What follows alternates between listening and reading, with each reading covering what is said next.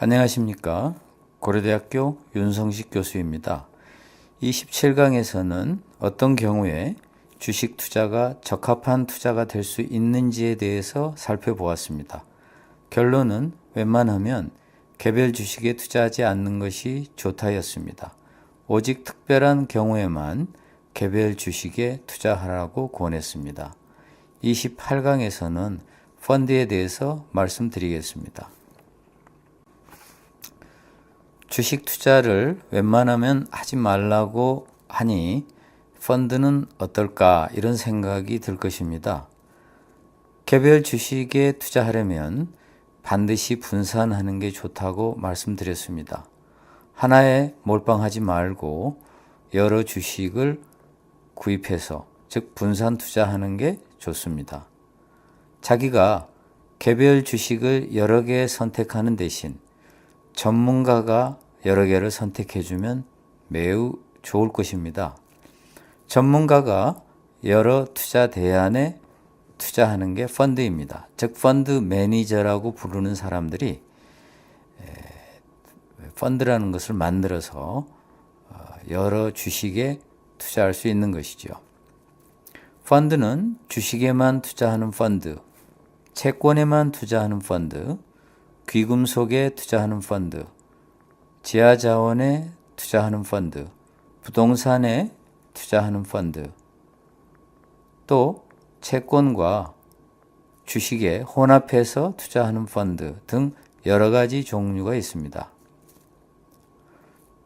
주식 중에서도 금융회사 주식에만 투자하는 펀드가 있고 IT 기업에만 투자하는 펀드가 있습니다. 펀드는 이른바 펀드 매니저라고 불리우는 전문가가 하니 좀 나을까요? 은행에 저축을 하러 가면 왜 정기 예금에 넣어두십니까? 이자율도 낮은데 펀드에 가입하세요 라고 권유하는 경우를 자주 경험하게 됩니다. 그러면서 수익률이 높은 펀드를 그림이나 수치로 보여줍니다. 정기예금 이자에 비해서 훨씬 높은 수익률을 기록한 펀드를 보면 가입하고 싶은 생각이 나지요. 그러나 수익률이 높던 펀드의 수익률이 하락하기도 하고 수익률이 낮던 펀드의 수익률이 상승하기도 합니다.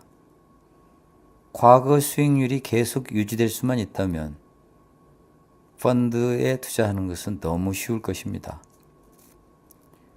전문가인 펀드 매니저들이 관리하는 펀드에 투자하면 왠지 정기예금보다 더 높은 수익을 낼 것 같고 그래서 많은 사람들이 장밋빛 꿈을 가지고 펀드에 투자합니다.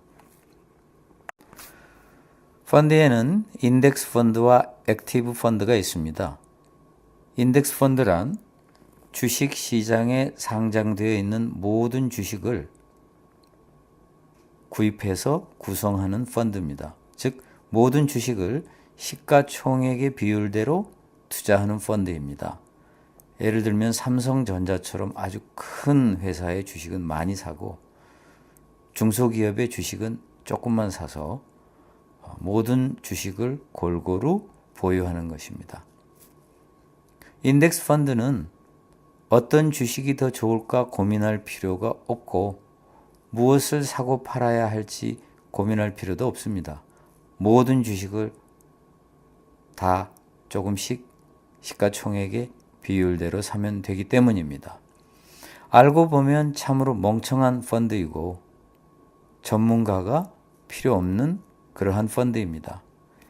인덱스 펀드가 아닌 우리가 보통 알고 있는 펀드, 즉 몇 개의 주식에 투자한다, 몇십 개의 주식에 투자한다, 또 IT 기업에만 투자한다, 이런 펀드를 액티브 펀드라고 부릅니다. 과거에 높은 수익률을 올린 전설적인 펀드들이 있습니다. 그러나 대부분의 펀드는 인덱스 펀드보다 수익률이 못합니다. 만약 보통 사람이 인덱스 펀드에 투자하고 싶으면 구태여 은행이나 증권회사에 갈 필요가 없습니다. 인터넷을 통해서 아주 싸게 인덱스 펀드에 투자할 수 있기 때문입니다. 제가 박사학위에서 공부할 때 배웠던 교수 중에 타임지 커버 스토리에 나올 정도로 아주 유명한 교수가 있었습니다. 그분은 대학에서 투자에 대해서 가르치기만 하는 것이 아니라 실제로 투자 회사에 관여하여 직접 현장에서 투자를 왕성하게 했던 교수였습니다. 한 번은 수업 시간에 자기는 이제 인덱스 펀드 이외에는 투자하지 않는다고 하여 제가 깜짝 놀란 적이 있습니다. 저는 그 교수야말로 뭔가 좀 다른, 참 아주 영리하고 우리가 참고할 만한, 감탄할 만한 그러한 투자를 하리라고 생각을 했는데, 뜻밖에도 가장 멍청하다고 말하는 인덱스 펀드에만 투자한다고 하니 제가 놀란 것입니다. 그리고 보면 인덱스 펀드를 멍청한 펀드라고 우습게 보면 안 됩니다. 오직 주식 투자만으로 세계적인 부자가 된 워런 버핏도 뉴욕 월스트리트의 펀드 매니저들에게 돈을 맡기기보다는 인덱스 펀드가 더 낫다고 말했습니다. 이른바 월스트리트의 펀드 매니저를 공격하자 이에 발끈한 펀드 매니저들이 내기를 하자 했고 드디어 시합을 합니다. 100개가 넘는 펀드의 평균 수익률과 인덱스 펀드의 10년 기간 동안의 수익률 시합에서 워런 버핏이 승리합니다. 2008년 1월 1일에 시작해서 2017년 12월 31일에 끝났는데 워런 버핏의 압승입니다. 인덱스 펀드의 수익률이 100개가 넘는 펀드의 평균 수익률보다 훨씬 더 수익률이 높았습니다. 워런 버핏과 월스트리트 펀드 매니저의 대결을 한국으로 가져와서 한번 해보면 어떨까요? 글로벌 독립 투자 리서치 업체인 모닝스타 코리아의 그 분석에 의하면 2007년 9월부터 2017년 8월까지 국내 71개 인덱스 펀드의 평균 수익률은 41%였습니다. 그런데 국내 235개 액티브 펀드의 평균 수익률은 35.1%였습니다. 역시 인덱스 펀드의 승리입니다. 연평균 수익률에서도 인덱스 펀드는 3.5%인데 액티브 펀드는 3.1%입니다. 워런 버핏의 경우는 이보다 훨씬 더 큰 차이로 인덱스 펀드가 승리했습니다. 한국은 그만큼은 크지 않지만 한국도 역시 미국처럼 인덱스 펀드의 수익률이 더 높았습니다. 미국의 경우를 보면 20년을 기준으로 하면 오직 10%의 펀드만이 인덱스 펀드보다 수익률이 높았습니다. 10년을 기준으로 보면 14%였습니다. 1년을 기준으로 보면 26%였습니다. 펀드 수익률 비교는 어떻게 비교하는가에 따라 다르기 때문에 주의해야 합니다. 단기를 놓고 비교하면 인덱스 펀드보다 수익률이 좋은 펀드가 제법 있지만 장기를 놓고 비교하면 대부분의 펀드가 인덱스 펀드보다 수익률이 떨어집니다. 미국의 조사에 의하면 액티브 펀드가 1년간 인덱스 펀드보다 높을 가능성은 30% 정도인데 2년 연속 높을 가능성은 10%이며 3년 연속 높을 가능성은 1% 정도에 불과하다고 합니다. 한국의 경우 민성기와 차문현의 공동 연구에 의하면 2001년부터 2006년까지 인덱스 펀드의 수익률이 액티브 펀드의 수익률보다 높았습니다. 주식 시장의 변화를 잘 예측할 수 있다면 인덱스 펀드로 돈을 벌 수 있습니다. 예를 들어 시장이 틀림없이 좋아질 것으로 생각된다면 인덱스 펀드에 투자하면 됩니다. 레버리지 인덱스 펀드라는 걸 사면 2배로 상승합니다. 즉 시장 평균이 10% 상승하면, 즉 이것은 인덱스 펀드가 10% 상승한다는 의미입니다. 레버리지 인덱스 펀드는 20% 수익률이 납니다.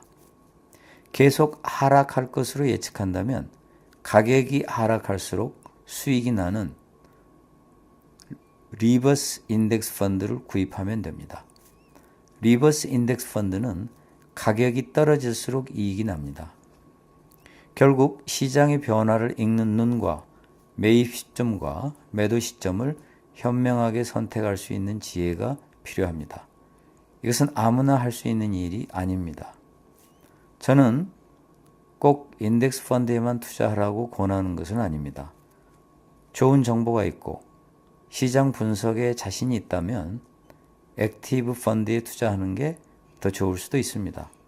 그러나 그럴 자신이 없다면 인덱스 펀드가 더 좋은 대안이고 장기 투자일수록 더욱 그러합니다. 누구나 쉽게 할 수 있다고 말하는 인덱스 펀드도 결국 전문가가 아니면 쉽게 할 수 없는 투자 상품입니다. 전문성이 없어 인덱스 펀드에 관심을 갖는데 인덱스 펀드도 어느 정도의 전문성이 필요합니다. 언제 사고 팔아야 하는 시점을 결정하는 일은 주식시장에서 가장 중요한 결정입니다. 인덱스 펀드가 아무리 멍청한 펀드라고 할지라도 인덱스 펀드를 언제 사고 언제 팔 것인가를 결정하는 일은 결코 쉬운 결정이 아닙니다. 경제를 꿰뚫어 보는 해안이 있어야 하기 때문입니다. 지금 중국 주식 1,000만 원이면 10년 후 강남 아파트를 산다라는 책이 얼마 전에 화제를 모았습니다. 분명 상당한 근거가 있지만 세상 일은 정말 모릅니다. 그래서 많은 사람들이 맞다고 생각하면서도 쉽게 사지 못합니다. 행운과 모험이 따르기 때문입니다. 게다가 10년이 지나기 전에 돈 쓸 일이 생기면 어쩌면 최악의 가격에서 팔아야 할지도 모릅니다. 10년을 기다려도 오르지 않아 팔았더니 11년 만에 급등할 수도 있습니다. 중국의 경제 위기가 온다면 10년이 20년이 될 수도 있습니다. 부처님은 부지런히 돈을 열심히 벌라고 했습니다. 셋집을 놓아 이익 구하기, 방편을 써서 온갖 직업 힘쓰면 이 세상을 안락하게 살아가리라. 이리하여 밤낮으로 그 재물 불어나기는 마치 개미들이 쌓은 흙무더기 같으리. 자바함경에서는 이렇게 말씀하셨습니다. 벼력 자바함경에서는 벌이 온갖 꽃을 채집하듯이 밤낮으로 재물을 얻으라 이렇게 말씀하셨습니다. 주식은 말리고 싶지만 사실 펀드마저 멀리 한다면 할 게 너무 없습니다. 왜냐하면 부동산 투자는 큰 목돈이 필요하기 때문입니다. 그렇다면 부지런히 투자에 대해서 공부하고 모의 투자로 연습을 한 뒤에 펀드를 조금씩 해보는 것도 하나의 방편입니다. 주식도 펀드도 멀리하는 소극적 삶을 살고도 노후에 후회하지 않을 자신이 있다면 괜찮습니다. 그렇지 않다면 부처님 말씀대로 부지런히 돈을 벌어야 한다고 생각합니다. 그렇다면 펀드가 좋은 투자 대안이 될 수 있습니다. 다만 펀드도 주식처럼 없어져도 좋은 돈으로 해야 하고 전문가를 알아보고 전문가의 설명을 이해할 수 있는 전문성이 어느 정도는 있어야 하며 또 그러한 신뢰하고 유능한 전문가가 주변에 있어서 선택할 수 있어야만 합니다. 인덱스 펀드에 가입하기로 마음먹었다면 ETF, 즉 상장 지수 펀드라는 대안도 있습니다. ETF 중에는 인덱스 펀드와 똑같은 기능을 하는 ETF가 있는데 이것을 구입하면 ETF의 수수료는 개별 주식의 거래 수수료보다는 비싸지만 인덱스 펀드의 수수료보다는 더 싸고 인덱스 펀드에 따른 제약도 없어 더 편리합니다. 예를 들어 코덱스 200이라는 ETF는 인덱스 펀드와 똑같은 기능을 하는데 인덱스 펀드와는 달리 펀드가 아니고 마치 개별 주식이나 마찬가지로 사고 팔 수 있습니다. 즉 인덱스 펀드를 주식화하여 주식처럼 사고 팔 수 있게 했다고 보면 됩니다. 인덱스 펀드는 펀드 운영 회사에 따라서 수수료도 차이가 나고 1개월 이내 혹은 3개월 이내 환매 제한 등의 제약이 있습니다. 펀드에 가입하고 환매하는 것도 매일 주식시장의 종가, 즉 3시에 종료되는 주식시장의 가격에 기준합니다. 따라서 오전 10시에 주식시장이 상승했어도 오후 3시에 하락하여 끝난다면 펀드의 구입과 환매는 상승한 가격이 아니라 하락한 가격에 기준합니다. ETF는 이와 달리 오전 10시에 구입 혹은 환매 요청을 하면 10시 가격에 기준하여 마치 주식을 팔듯이 즉시 거래가 이루어집니다. 보통 사람으로서 가장 쉬운 투자 방법은 주식이 대폭락하고 주식의 침체기다라고 모두가 아우성칠 때 인덱스 펀드나 코덱스 200 같은 ETF를 구입한 뒤에 오를 때까지 그냥 놔두는 것입니다. 만약 틀림없이 오를 것이라고 생각하고 약간의 모험을 해보고 싶다면 2배로 상승하는 코덱스 레버리지 같은 ETF를 구입해도 됩니다. 코덱스 레버리지는 주가 지수가 10% 상승하면 2배인 20%의 수익률을 내고 주가 지수가 대신 15% 하락하면 2배인 30%의 손실을 냅니다. 따라서 위험 부담이 그만큼 커집니다. 그러므로 상승 확률이 높을수록 코덱스 레버리지에 투자해도 됩니다. 틀림없이 주가가 하락할 것 같다면 코덱스 인버스를 구입하면 됩니다. 주가 지수가 10% 상승하면 코덱스 인버스는 10% 손실을 내고 주가 지수가 10% 하락하면 반대로 코덱스 인버스는 15%의 수익을 냅니다. 즉 주가 지수의 움직임과 반대로 가는 것입니다. 없어져도 좋다고 생각되는 여윳돈이 있고 경제가 어떻게 돌아가는지에 대해 끊임없이 정보를 수집하고 공부할 자신이 있고 유능하고 신뢰할 수 있는 전문가가 있다면 목돈을 펀드에 장기 투자하고 때를 기다려보는 것도 좋습니다. 워런 버핏은 오직 주식 투자만으로 세계적인 부자가 된 사람입니다. 끊임없이 사고 파는 대신 좋은 주식을 발굴하여 장기 투자하는 방법을 채택하는 것이 좋습니다. 주식도 펀드도 장기 투자가 정답입니다. 오르면 팔고 떨어지면 사야지 라고 생각하지만 팔고 난 뒤 오르지 않을 수도 있고 떨어지면 사야지 하고 떨어질 때 샀는데 더 떨어질 수도 있습니다. 처음 주식이나 펀드에 투자할 때는 자주 사고 팔면 큰 돈을 벌 것 같지만 실제로 해보면 그게 쉽지 않다는 것을 압니다. 따라서 전망이 좋은 주식이나 펀드에 투자한 뒤에 기다리는 게 좋습니다. 다만 하락이 확실하다면 장기 투자가 오히려 반토막, 4분의 1 토막을 초래할 수도 있습니다. 그런 위험이 있다면 즉시 손절매하고 팔아야 합니다. 그렇지 않다면 장기 투자가 답입니다. 이 말이 믿어지지 않는다면 큰 돈이 아니라 작은 돈으로 한 몇 년 실제 사고 팔고 해보면 압니다. 일시적으로는 재미를 볼지 모르지만 사고 파는 방법으로서는 결코 큰 돈을 벌기 어렵습니다. 불교 수행자라면 수행을 통해 자기의 전문 지식을 최대한 발휘해야 합니다. 수행이 깊을수록 자기의 전문 지식을 더 잘 발휘할 수 있습니다. 즉, 수행이 깊어서 사물을 있는 그대로 볼 수 있는 능력이 증가할수록 자신이 가진 전문 지식을 최대한 잘 활용할 수 있습니다.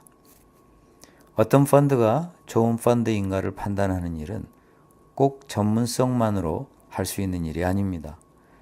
욕심에 사로잡히거나 균형 감각을 잃으면 아주 사소한 정보에 속아 넘어가기도 합니다. 사소한 정보를 사소하다고 있는 그대로 볼 수 있으려면 전문성도 필요하지만 여실직연의 능력도 필요합니다. 펀드에 투자한 뒤에 수익률이 내려간다고 초조하면 불필요하게 일찍 매각할 수 있습니다. 수익률이 내려갔을 때 팔면 손실을 확정하는 게 됩니다. 초조하면 실수합니다. 초조하지 말고 내려가면 내려가는구나 하고 있는 그대로 담담하게 보아야 합니다. 팔아야 할 때가 아니면 더 두어야 되는가를 잘 판단할 일입니다. 담담하게 보지 않으면 그냥 두어도 되는데 손실을 확정짓는 매각을 할 수 있습니다. 펀드 수익률이 올라가면 온갖 장밋빛 꿈에 부풀기 쉽습니다. 흥분하지 말고 올라가는구나 하고 있는 그대로 담담하게 보아야 합니다. 팔 때인가 좀 더 기다려야 하는가를 잘 판단할 일입니다. 담담하게 보지 않으면 매각해야 되는 시점인데도 장밋빛 꿈에 부풀어 머뭇거리다 폭락할 수도 있습니다. 이상으로 부처님의 부자 수업 28강을 마치겠습니다. 제 강의는 제가 동국대학교 불교학과에서 석사 박사 논문을 쓰며 공부했던 내용에 기초하여 쉽게 풀어서 설명하는 강의입니다. 보다 학문적이고 체계적인 내용은 석사 박사 논문, 저의 저서, 부처님의 부자 수업 등에 일부 정리되어 있습니다. 저는 고려대학교 윤성식 교수입니다. 감사합니다.